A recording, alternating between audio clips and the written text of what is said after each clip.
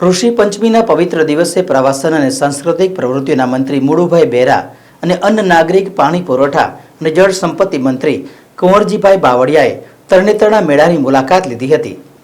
સુરેન્દ્રનગર જિલ્લાના થાનગઢ તાલુકામાં તરણેતર ગ્રામ પંચાયત તથા ગુજરાત ટુરિઝમ દ્વારા સોડમ પુરાતન પાંચાળની થીમ સાથે તરણેતર લોકમેળા 2025નું આયોજન કરવામાં આવ્યું છે।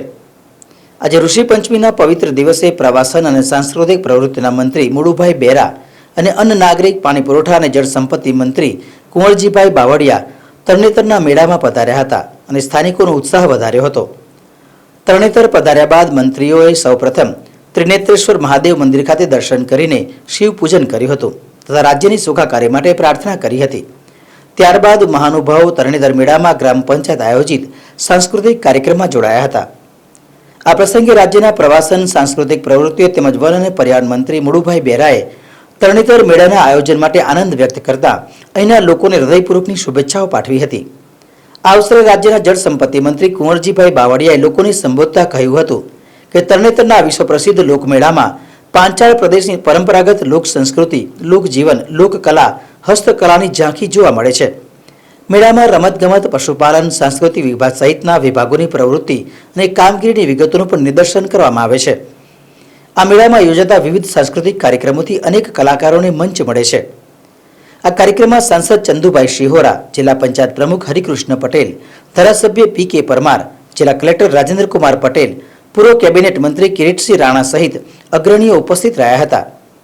ઋષિ પંચમીના દિવસે તરણેતરનો આપણો આ પરંપરાગત મેળો માં ભગવાન દેવોના દેવ મહાદેવના હમણાં દર્શન કર્યા, પૂજા કરી અને દર વર્ષે જે રીતે ખૂબ મોટી સંખ્યામાં આપણી આ પરંપરાઓ જે ભારતીય સંસ્કૃતિ છે એને જે લોકોએ જાળવી રાખી છે એવો આપણો વિશ્વ પ્રસિદ્ધ આ તરણેતરના મેળોની નરેન્દ્રભાઈ મોદી સાહેબ જ્યારે ગુજરાતના મુખ્યમંત્રી હતા ત્યારે લોકો દ્વારા ઉજવાતો આપણો આ ઋષિ પંચમીના દિવસનો તરણેતરનો જે આપણો મેળો છે એ મેળાને વિશ્વ પ્રખ્યાત કરવા માટે જે રીતના આ મેળામાં નવા નવા આયામો ઉમેર્યા એ પ્રમાણે સાંસ્કૃતિક કાર્યક્રમો હોય, પ્રવાસન નિગમ, સાંસ્કૃતિક વિભાગ, પ્રવાસન વિભાગ અને અન્ય સરકારના જે વિભાગો છે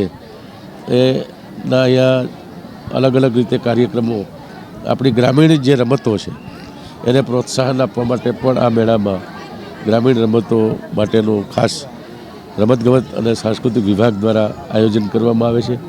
રાત્રિના અહીંયા રાવટીથી લઈ અને અલગ અલગ સુપ્રસિદ્ધ કલાકારો દ્વારા સાંસ્કૃતિક કાર્યક્રમોનું આયોજન પણ કરવામાં આવે છે।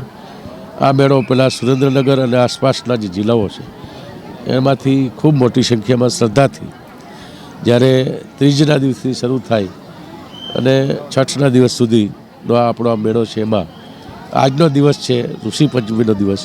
એ દિવસે અનેક લોકો શ્રદ્ધાળુઓ રાતથી અહીંયા આવી ગયા હોય છે।